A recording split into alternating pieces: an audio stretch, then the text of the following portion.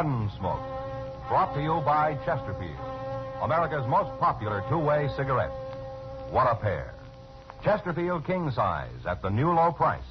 Chesterfield Regular.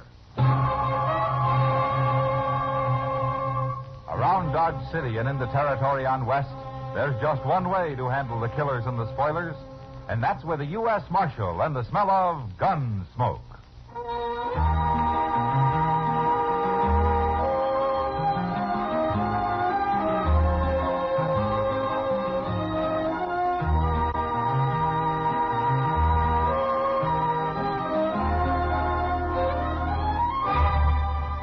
Gunsmoke, starring William Conrad. The transcribed story of the violence that moved west with young America. And the story of a man who moved with it. I'm that man, Matt Dillon, United States Marshal. The first man they look for and the last they want to meet. It's a chancy job, and it makes a man watchful. And a little lonely.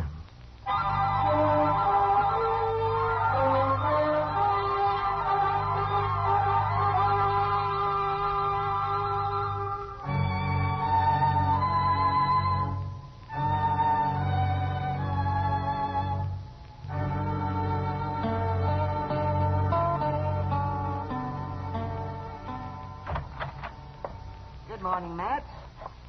Chester? Hello, Doc. Oh, what are you doing up so early, Doc? Early? It's almost noon. Well, that's early for some people. Oh, early for some people. I didn't come here to get into any personal arguments, Matt. I want to borrow one of your shotguns. Borrow a shotgun. Well, who do you think you are, Doc Holliday? All righty, I've asked you nice. Now I'll just help myself. Good. It's loaded. But I'll need more than these 2 shells. Where do you keep them? Well, fetch him a handful, Chester. Yes, sir. Yeah, it's at least a handful. No telling what I might run into. Here you are. What's the matter? Don't you trust your aim, Doc? Or are you planning to blow up a whole lot of people? None of your business, but I have to go up the river to Pierceville for a week or so, and I thought I might bag a few quail and prairie chicken along the way. Well, that won't make very good eating, Doc. Oh, is that so? And why not? Well, all you're going to get's feathers. Oh, I'm going to get what? We don't keep those guns here to shoot birds with, you know. Yeah. Oh, fellow. Here, Chester, give me some decent ammunition. Will you Well, please? you didn't say what you wanted it for, Doc. Do I have to explain I'm not a murderer? This the U.S. Marshal's office? Yeah, that's right. Come on in, mister. I got something to tell you, Marshal. Okay. First, you better say my name. Sam Dooley. All right, Dooley. Now, for what I got to tell you. I've been skinning hides, Marshal, working for a buffalo hunter named Culprit. You know him? No, I don't. Well, there was this Culprit and his partner Faber and me and the cook. Nobody knows the cook's name. We just call him the cook. And we was camped up the Arkansas River at Turkey Bend. You know where that is? Yeah, I know. Well, sir, Culprit, he broke out some whiskey night before last, and we all took to drinking it. And, Marshal, it's a bad thing, but when I drink whiskey, I get kind of senseless. Well, most men do, Dooley. Not like me. I go crazy wild. You won't believe it to look at me, Marshal, but I'm a dangerous man when I'm drinking whiskey. I see. Well, what happened the other night? That fella Faber I was telling you about, Yeah? I killed him, Marshal. You did? Yes, sir. I shot and killed him. I don't know why I did it, except that I was senseless drunk on that whiskey. I don't even remember doing it, Marshal, but when I come to next morning, them other fellas told me about it. They'd already buried him. They showed me his grave. Poor old Faber. I feel awful bad I did it. Dooley, most men, when they kill somebody, don't come tell the law about it. Why did you? I never killed nobody before, Marshal, and I can't have shooting Faber on my mind. I had to come. Well, where are the rest of these people? Culprit and the cook. Oh, they went off onto the prairie somewhere hunting buffalo. I got no idea where they are. Well, you going to hang me, Marshal? No, I don't hang men. Then what I come here for? You the law, ain't you? Look, Dooley, nobody gets hung before they get tried. And I can't send you up for trial unless I see the body of the man you killed. But I told you, Marshal, it was Faber I killed. Okay, it was Faber, but I gotta testify that a crime has been committed, and the law reads I can't do that without seeing the body. You calling me a liar? No, I'm not calling you a liar. And I don't understand none of this. Well, don't you worry about it, Dooley. I'll take care of it. How? I'll ride out to Turkey Bend and find the grave. Oh, I wouldn't do that, Marshal. No, sir, not in this weather. Well, I don't have to bring him into Dodge, Dooley. I can leave him buried there. Oh. Oh, well, I'll go with you. No, you won't. It's a bad enough trip as it is. You don't like me because I'm a murderer. I like you fine, Dooley. I mean... Chester, will you lock him up?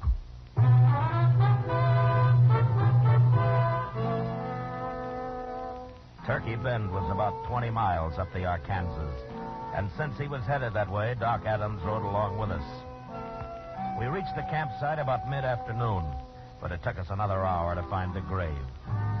There was no marker on it. And in fact, only the color of the fresh-turned earth made it possible to find it all. Chester and I did the shovel work, and Doc did the examining. What's he taking so long for, Mr. Dillon? Oh, Doc's slow, Chester, but he doesn't miss much. Well, what's there to miss? He's just a shot man. I mean, a Doc shot man. I mean, a man... Never mind, Chester. Oh, he's through now. You can put him back now.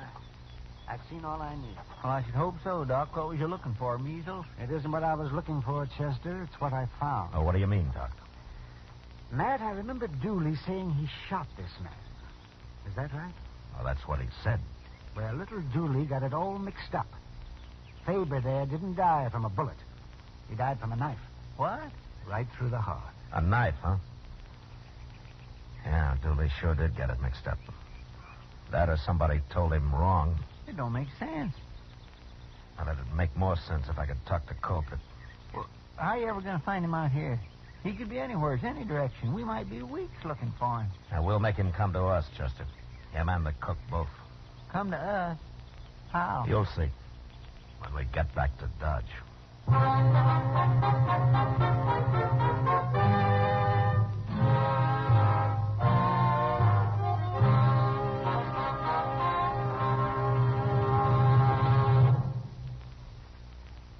Almost 100 years ago, Charles Kingsley wrote that tobacco is a lone man's companion, a bachelor's friend, a hungry man's food, a sad man's cordial, a wakeful man's sleep, and a chilly man's fire. These words describe what Chesterfield means to millions of smokers today. You and I smoke for relaxation, for comfort, for satisfaction. And in the whole wide world, no cigarette satisfies like a Chesterfield.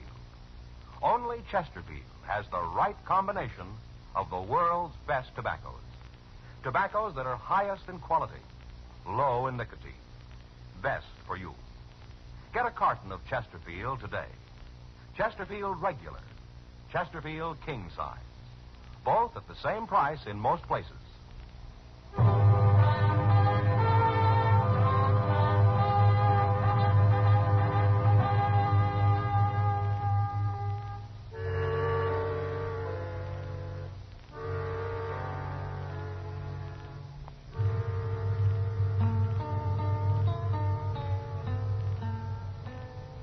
Bring him in, Chester. Come on, Dooley. Sun is up and the dew is almost gone from all the little plants and flowers. Chester woke me up, Marshal. You're going to have to do your sleeping somewhere else from now on, Dooley. I can sleep anywhere, anytime. That's what I like about winter. Nothing to do but sleep. Dooley, I'm turning you loose. What? I don't want you to leave Dodge, but I don't want you in jail either. What's the matter with me being in jail? I shot a man, didn't I? You saw the body, didn't you? You got the evidence? Now, don't you worry about it, Dooley. Just do what I tell you to. I want you to stay in Dodge, but not in jail. What? I got no money. I got nothing to eat. I got no place to sleep. I'm a buffalo skinner. How am I going to get a job in Dodge? Here, Dooley. Here's $10. Now, you can live on that fine. No. Now, go on, take it. Well, okay. But I'm not a man to borrow money. Now, you're doing me a favor. I should have made Culprit pay me off. Like he said, it didn't make sense. Me being in jail, I couldn't spend nothing. They may pay you off yet, Dooley. What? Never mind. But look, if I catch you drinking that money, I'm going to take it away from you and you'll starve. Oh, I won't be drinking, Marshal. Didn't I tell you how crazy and dangerous I am when I drink whiskey? No, sir, I won't do that. Good. Now, if anybody asks you why you're not in jail, tell them I said I'm waiting for something. Waiting for what? Well, say I didn't tell you. And one other thing. Don't you tell anybody we rode out and found Faber's body. Don't tell anybody at all. Just forget about that. I'm all mixed up, Marshal. Am I still under arrest? No, Dooley. Now, why don't you go on and get out of here? I got work to do, huh? Can I come see you sometime? You and Chester? Sure. Of course you can. But I don't want you hanging around here all day. Okay. I won't. Just once in a while. I wouldn't feel right otherwise, Marshal. Me being a murderer and all. So long. So long, Dooley. Bye, Dooley.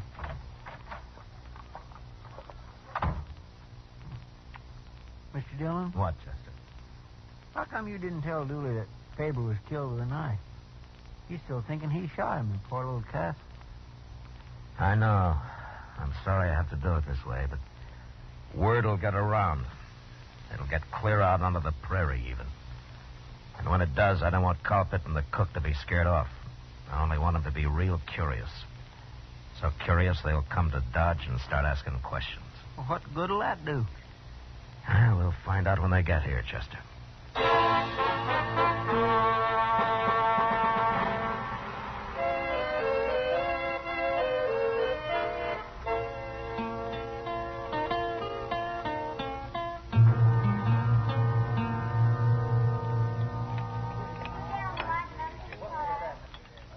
Sugar, Mr. Dillon? No, thanks, Chester. No, sir, I didn't mean to you on some. I meant I wanted some. Oh. Yeah. Thank you. Yeah. Coffee's mighty black tonight. Chester, you know, sugar's not going to change the color of the coffee. No, sir, but it sure sweetens it up. Yeah. Well, look at there. It's Dooley. Huh? Oh, Dooley. Well, sit down. Have a cup of coffee, huh? Well, ain't you going to say hello, Dooley? I can't stand it no more. You gotta help me. Oh, what's the matter, Dooley? What's troubling you? 2 days. I've been out of jail 2 days. I can't go to another one, Mark. Oh, why? What is it? Well, everybody treats me bad. They won't have nothing to do with me. They say I admit shooting a man, I ought to be in jail. Talking about you too, Marshal, for letting me out. People talk whatever I do. Well, I can't face him out no more. And anyways, I did kill him. I ought to be in jail. Well, Marshal, this way I feel like I'd stole a sheep. That's how I feel, just like I'd stole a sheep. I'm sorry, Dooley. You gotta help me. Last night they wouldn't even let me sleep in the room in house. Or the hotel. No place. Seems to me that citizens of Dodge are getting mighty high-minded all of a sudden. But I'll help you, Dooley. Thanks, Marshal. But not in jail. I can't let you stay there. But there's a shack out back of the jail. It belongs to Doc. He stores some stuff in it. Say, that's a nighty. And I'll give you some blankets, Dooley. We got plenty of them around. Doc might find me and shoot me or something. Oh, no, he won't do that. He won't be back for a week or more. Anyway, he'll be glad you're using the place. Well, can I stay in it all day, too? Sure you can. And if you'll show yourself somewhere every now and then, you know? I don't want anybody to think that you've left Dodge. I gotta eat. Will that do it? Fine. Okay. But, Marshal, I'd sure like to know what a man has to do to get jailed in Dodge City, Kansas.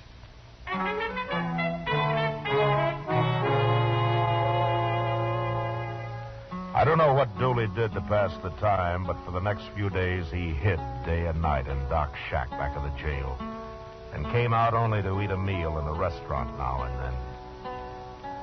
I felt sorry for him, but I'd have felt sorrier if he'd been hung for a crime I knew he was innocent of. A week passed and nothing happened until one day when I went into the general store after a new watch chain I'd ordered. Mr. Jonas wasn't there, but Kitty was. Hello, Matt. Hey, Kitty, you gonna buy that hat? Like it? Oh, it looks fine. Really? You sure? Oh, yeah, take it. You won't do better than that. I had Mr. Jonas order it 6 months ago. Huh? Oh, well, the mails are slow sometimes. It came on the Santa Fe, Matt, not by Pony Express. What? I ordered this hat 6 months ago. It arrived 4 months ago, and I've been wearing it ever since. Where's Mr. Jonas, Kitty? I'm glad you like it, though. He's out back trying to sell somebody a new wagon. Oh? Oh, well, that's a bigger item than my watch chain. I better come back tomorrow. Wait, here he comes now. Wagon you can buy, mister. Now, I guarantee you'll never have any trouble with it. It's too expensive. What's the matter with them Conestoga people? They raise their prices every year. And I'll tell you what I'll do. If I don't sell that wagon by noon tomorrow, you can have it $50 off. You mean that? You have my word, noon tomorrow. Well, I'm camped down on the river, right where the cottonwoods begin. Suppose you drive it out there at noon. No. If you want it, you'll have to pick it up here. I got only one man in my camp, my cook. That's why I asked. Where are the rest of your men? Dead or gone. But I'll be picking up a new crew before I head out again. Hey, you shouldn't have any trouble finding hide skinners around here. I'll do it tomorrow when I come in for the wagon. Oh, by the way, I heard there's a friend of mine in town, a fellow called Dooley. You know where I could find him? Well, no, I don't. But here's the man to ask. I don't know any Dooley. I never even heard of him. What? I'd like to get my watch chain, though. Has it come in yet? Well, yes, but We've been waiting half an hour, Mr. Jonas. Aren't you ever going to be through with him? Don't get in a fret, lady. He's through now. See you at noon tomorrow, storekeeper. Sure. Oh, thanks, Kitty. Sure, Matt. Now, what is this all about, Marshal? Mr. Jonas, that man's name is Colpitt. I've been waiting a long time for him to get here. Oh, now I understand. It was his partner Dooley killed. That's why he was saying he's running his outfit alone now that he's got all the money. Is that what he said? Yes, and he also said something about taking care of the law here before he left. Of course, I didn't think anything about it at the time. Lots of men talk like that. Yeah, I guess they do. But, Colpitt may mean it.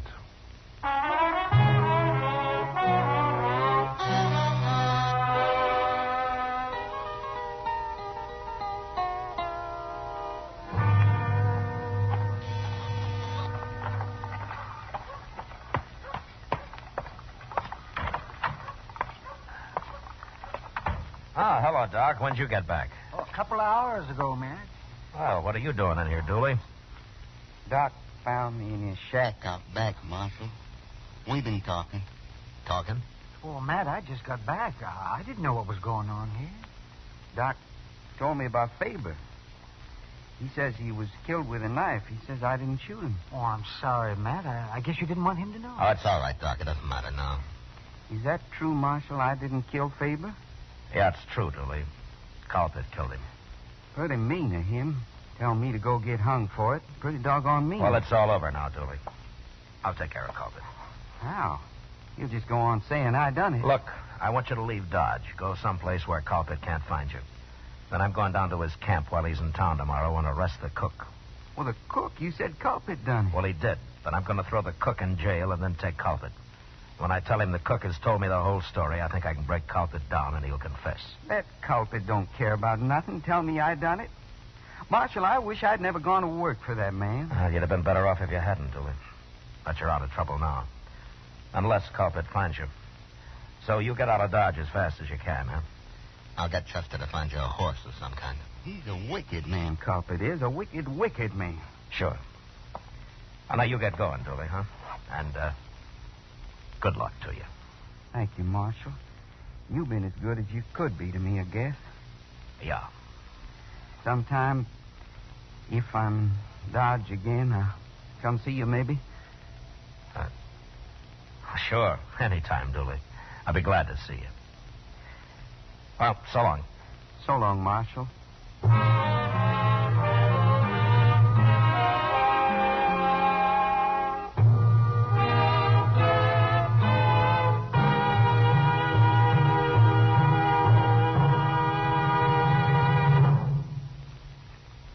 There are more than 60 million cigarette smokers in America who smoke many brands.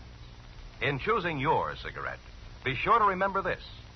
You will like Chesterfield best because only Chesterfield has the right combination of the world's best tobaccos.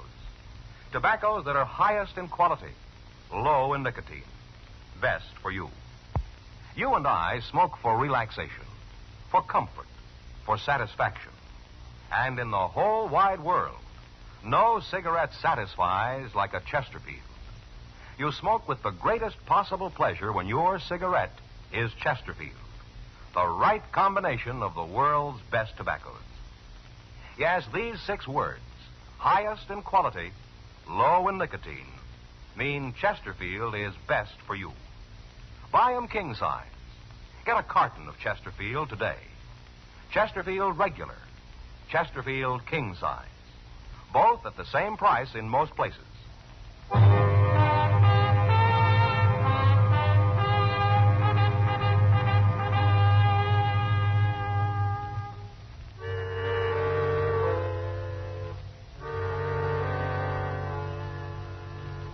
I gave Chester $10 to buy Dooley a mount with, but he couldn't find much of a horse for that. So they settled on an old jack mule. I didn't see Dooley again, but Chester told me later that he'd grub-staked him with another 10 out of his own pocket when he saw him off. I guess we both felt a little guilty about the way I'd had to treat him. Anyway, the next day, just after noon, we rode down to the river to pick up the cook and bait the trap for the real murderer, Culpet. Are you going to find this camp, Mr. Dillon? Well, he said it was where the cottonwoods begin, Chester. Oh, right over there. It'll kind of spoil everything if Culpet's decided not to go to town after all, won't it? Yeah, it sure would. There's his horses. Yeah. Ain't no smoke, though. That cook ain't cooking nothing. With Culpet in town, he's probably asleep, Chester. Hey, he's shooting at us. Yeah. There's a hole up ahead, Chester. Right for it. All right, leave your horse, Chester.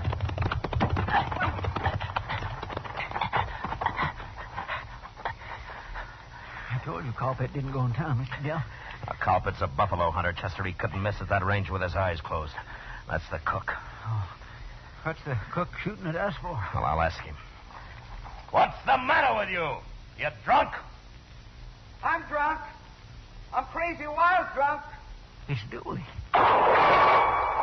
Dooley, stop it. It's Marshal Dillon and Chester. I know who it is. Want to kill you, too. Kill us, too? I don't kill Culpet and the cook with a sharp rifle, and I'm going to kill you. Culpet was lying about me killing Faber. I never killed nobody in my life before, but I'm starting now. Oh, it's that $10 I give him. He must have gone and drunk it up. Yeah. Dooley, I know you're drunk, but we're going to sit here in this hole till you sober up. Do you hear me? I ain't going to sober up. I'm going to kill people. You can't stay drunk forever. We'll wait you out. Come on out of there. Come on out, I tell you. You're wasting ammunition, Dooley. You can't hit us here. Yeah, then I'm coming after you. I'm going to walk right up there and shoot you. No! No, Dooley, don't do it. I'll have to kill you if you try it. Here I come, Marshal. Don't do it, Dooley. I'm going to kill everybody. I'll get over there as far as I can, Mr. Dillon. Then we can both jump him. I sure hate to, but we can't let him kill us. No, Chester, it's my job. I'll do it. All right, stay down now. You can't get away from Dooley. Nobody can. Throw your hat in the air, Chester. He'll look at it for just a second. Yes, sir.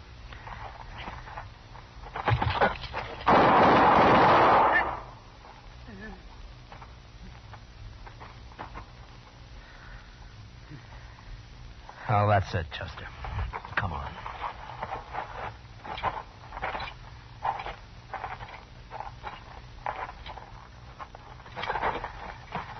Dooley. Dooley. You killed me. I didn't kill you. You killed me. Dooley, you're the last man in the world I wanted to kill.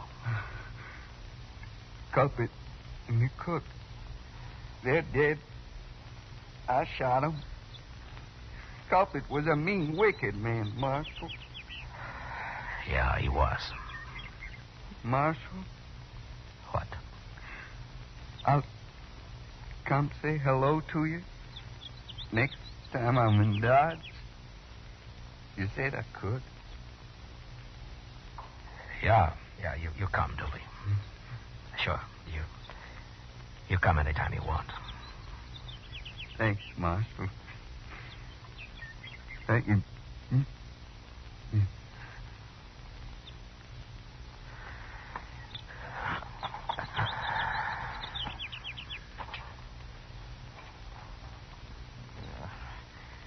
Oh, Mr. Dillon, that's terrible. But you must feel even worse than I do. Oh, I mean... Well... Never mind the talk, Chester. Now, let's get busy. We got 3 men to bury.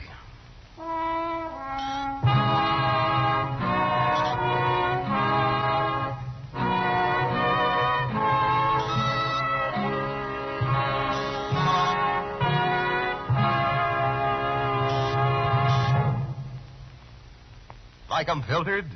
Like 'em king size? Then for you, this is it. King size L and M filters at the same low price as L and M regular.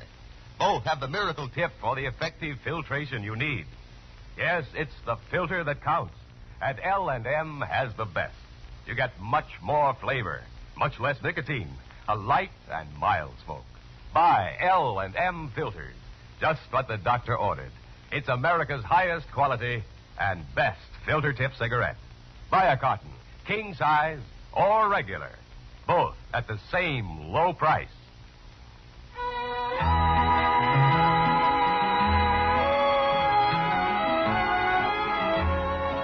Gunsmoke, produced and directed by Norman MacDonnell, stars William Conrad as Matt Dillon, U.S. Marshal. Tonight's story was specially written for Gunsmoke by John Meston, with music composed and conducted by Rex Corey. Featured in the cast were Vic Perrin, Harry Bartell, and James Nusser. Parley Baer is Chester, Howard McNear is Doc, and Georgia Ellis is Kitty.